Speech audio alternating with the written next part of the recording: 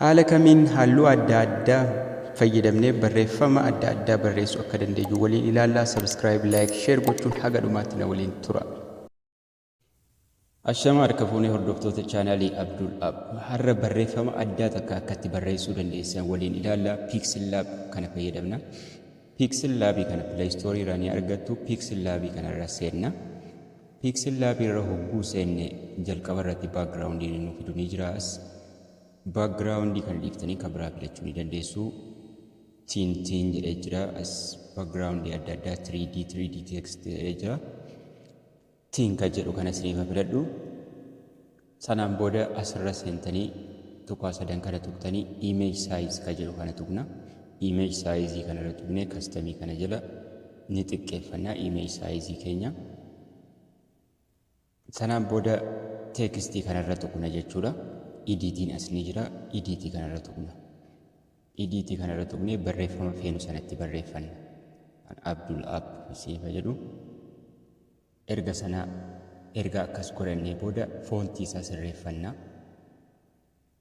Font AB font kas jedhu kas jira. Foontii kanarra seenne foontii feenutti godhanna.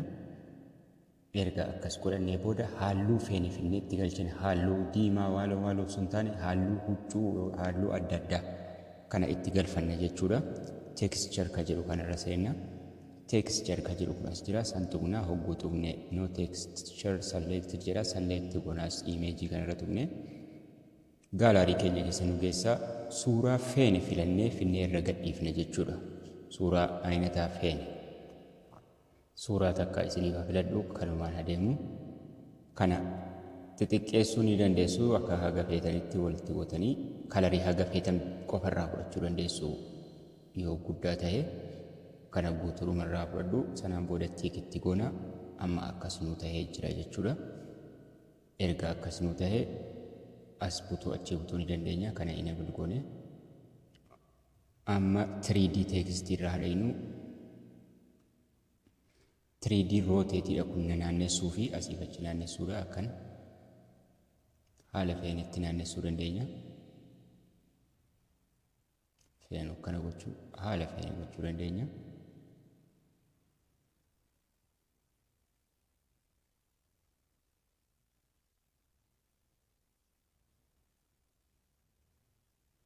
Sanaan booda tiikitti goona. 3D tekstiin as ni jira. Oonii goone dudduubatti haganni achi dheeratu haga feene gochuu dandeenya.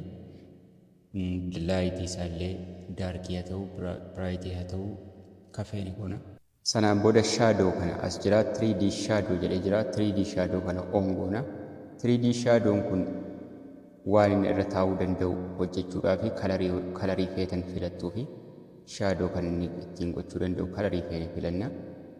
Kalarii feene filannee haga feenetti goona. Ni bal'ifna feenu.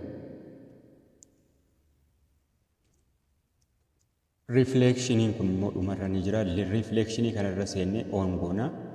Reflectioniin kun dabalii godha barreeffamicha. Reflect akka inni godhu godha jechuudha. Right itti goona. Yoon barbaanne illee san dhiisuu ni dandeessuusin. Amma backgroundii barreeffama kanaa yoo hin feene itti jijjiiruu ni dandeenya. Backgroundii jijjiiruudhaaf kan sadaffaa kana tuqnaa. Sanaan booda color ka jettu kun as ni jirti. Colorii sana tuqnaa. Sanaan booda kalarii adda addaa nu kennaa. Kalarii adda addaa asirraa itti jijjiirra. Erga itti jijjiirtanii kalarii isinitti tole irra keessaniin booda seeviin as ni jira. Seevii sana kiliik goonaa. Save image ka jedhu kana tuqnee save godhanna jechuudha. Akkuma isin argartan waan halluu takka qofan fayyadamee isin halluu adda addaa image keessa galuudhaan halluu adda addaatti godhattanii fayyadamuu dandeessu jechuudha. Haala kanaan haala salphaadhaan barreessuu dandeenya. Barumsi keenya har'aa kana fakkaataa waan agarumaatti na waliin turtaniif galatoomaa ulfaadhaa nagayaan tura.